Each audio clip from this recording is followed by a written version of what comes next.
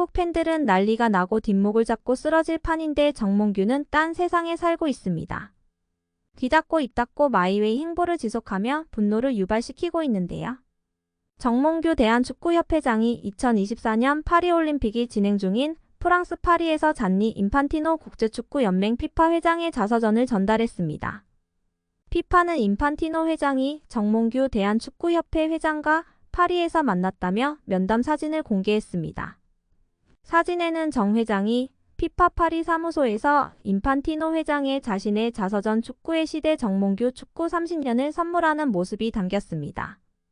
자서전은 지난달 26일 발간됐습니다. 정 회장은 자서전에서 어느 종목도 국가대표팀 성적이 나쁘다고 회장 퇴진을 요구하지 않는다며 이럴 때마다 축구협회장이나 국가대표팀 감독은 국민욕 바지가 아닌가 하는 생각이 든다고 했습니다.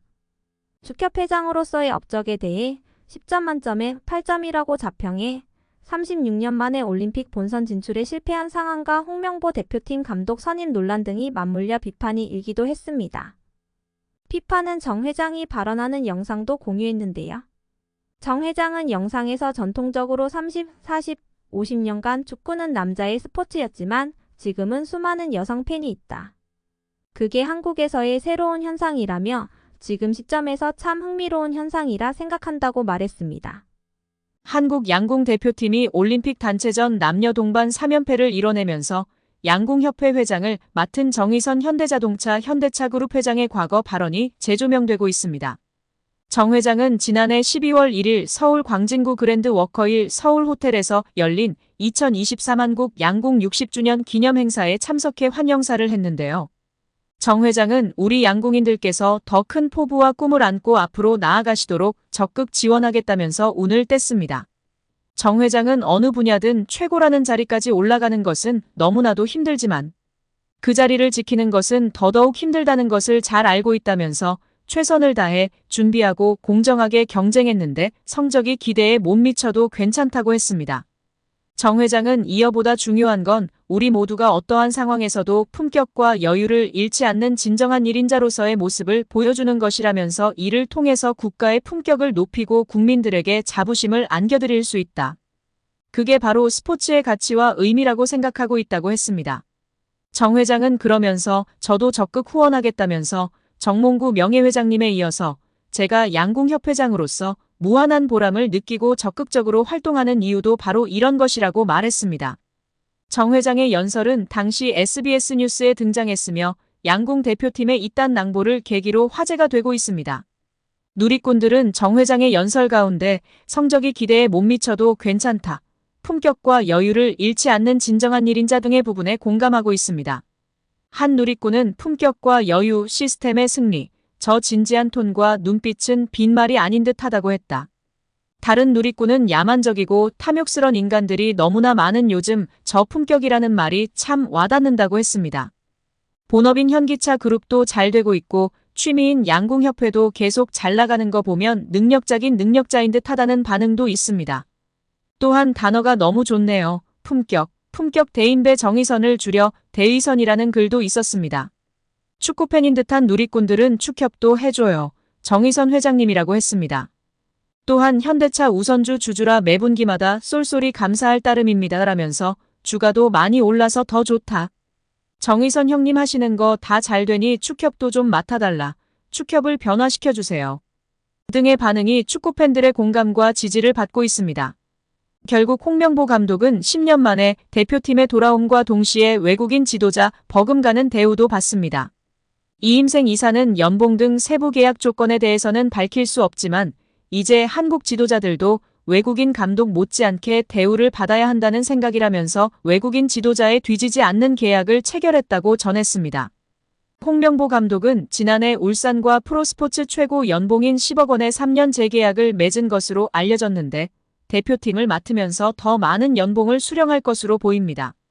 직전 클린스만 감독의 연봉은 약 30억 원, 벤투 감독은 약 19억 5천만 원의 연봉을 받았기 때문에 최소 20억 원이고 최대는 30억 원 수준으로 예상받고 있습니다.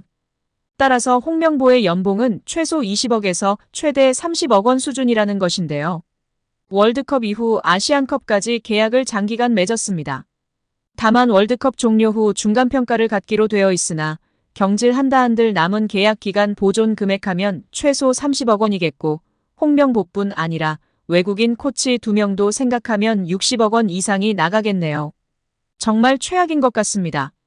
경질 없이 가도 홍명보 30억 원의 외국인 코치들까지 하면 연 60억 원 이상씩 나가는데 대체 왜 캐나다를 이끌고 코파 4강까지 간 제시마치를 안 잡았고 바로 프리미어리그 승격을 코앞에서 놓친 바그너 그리스로 유로를 아쉽게 못 나간 포엣을 버리고 홍명보인지 당최 이해가 가질 않습니다.